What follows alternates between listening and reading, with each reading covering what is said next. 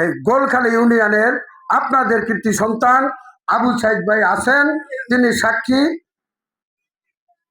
যখন বর্তমান চেয়ারম্যানকে বরখাস্ত করে অন্য একজন প্রশাসক নিয়োগ দেওয়া হয়েছিল, এই ভিপি নুরুল হক নূরের কারণে তিনি চেয়ারম্যান হয়েছেন এবং তার কারণে পটুয়াখালীর ডিসিকে সরিয়ে দেওয়া হয়েছে এবং এটা দিয়েছেন নুরুল হক নূর।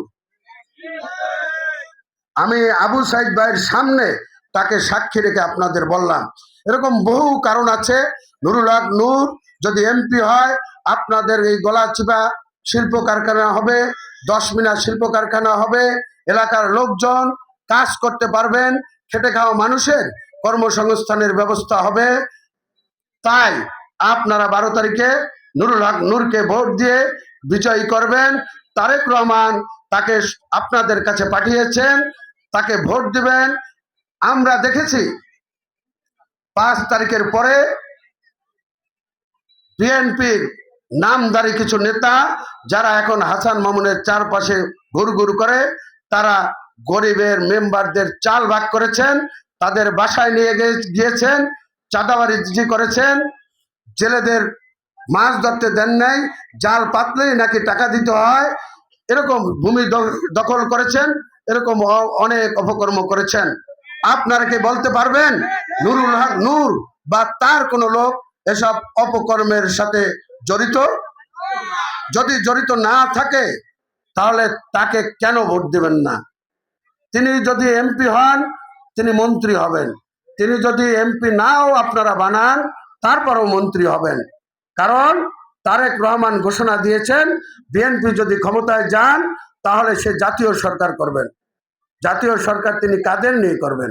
আওয়ামী লীগ ইলেকশন করেন না, জামাত বিরোধী দল, কাদের নিয়ে করবেন? এই নুরুল হক নূরদের নিয়ে জাতীয় সরকার করবেন।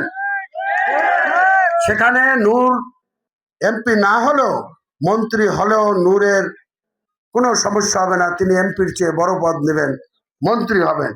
কিন্তু আপনার আমার সমস্যা আছেন, কারণ আপনি আমি যদি তাকে ভোট দিয়ে নির্বাচিত করি, তাহলে তিনি আপনার আমার পক্ষে সংসদে কথা বলতে পারবেন, এই এলাকার বাজেটের ব্যাপারে কথা বলতে পারবেন, এই এলাকার কর্মসংস্থানের ব্যাপারে কথা বলে বাজেট আনতে পারবেন। আর যদি তিনি মন্ত্রী হন, টেকনোক্র্যাট মন্ত্রী হলে এই সুযোগটা তার হাতে থাকবে না। তাই আপনাদের আহ্বান জানাবো, 12 তারিখ সকালে আপনারা ভোট কেন্দ্রে যাবেন, অন্যদেরকে উৎসাহিত করবেন। জামাতের সাথে আমাদের পার্থক্য, জামাত ফজরের নামাজ পড়ে ভোট কেন্দ্রে যায়, আর আমরা যাই বিকালে, তখন যে দেখি সময় শেষ, সবাই ভোট দিতে পারি না, বাড়ি ফিরে আসি। এবার এই কাজটা করবেন না, সবাই সকাল সকাল ভোট কেন্দ্রে যাবেন, নিজে ভোট দিবেন, অন্যকে উৎসাহিত করবেন ভোট দিতে। কারণ নুরুল হক নূরকে এমপি বানাতেই হবে। এলাকার উন্নয়ন করতে হলে তার বিকল্প নেই। যে যত কথা বলুক, যে যত চাপাবাজি করুক, যে যত হুমকি দামকি দেখ। আর একটা কথা, আপনাদের এলাকায় কি অন্য অন্য দলের কেউ হুমকি দামকি দেয়? যদি দেয়, সাথে সাথে প্রতিরোধ করবেন। কারণ জনগণের প্রতিরোধের উপরে কোনো প্রতিরোধ নেই। যদি আপনারা না পারেন, আমাদেরকে বলবেন।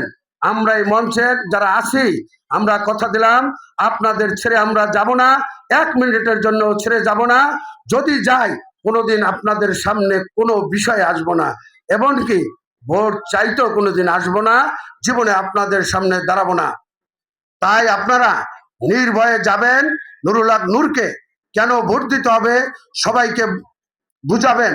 আপনাদের আত্মীয় স্বজন গলাচিপা শহরে আছেন, 10 মিনায় আছেন, যেখানেই যে আছেন, তাদেরকে বুঝাবেন কেন নুরুল হক নূরকে ভোট দিতে হবে, কেন নুরুল হক নূরকে সংসদে পাঠাতে হবে। আপনাদের সকলকে 12 তারিখে ভোটের মাধ্যমে নুরুল হক নূরকে বিজয়ী করার আহ্বান জানিয়ে আমি আমার বক্তৃতা শেষ করছি। খোদা হাফেজ। বাংলাদেশ জিন্দাবাদ, বাংলাদেশ জাতীয়তাবাদী দল জিন্দাবাদ। সবাইকে ধন্যবাদ। আসসালামু আলাইকুম।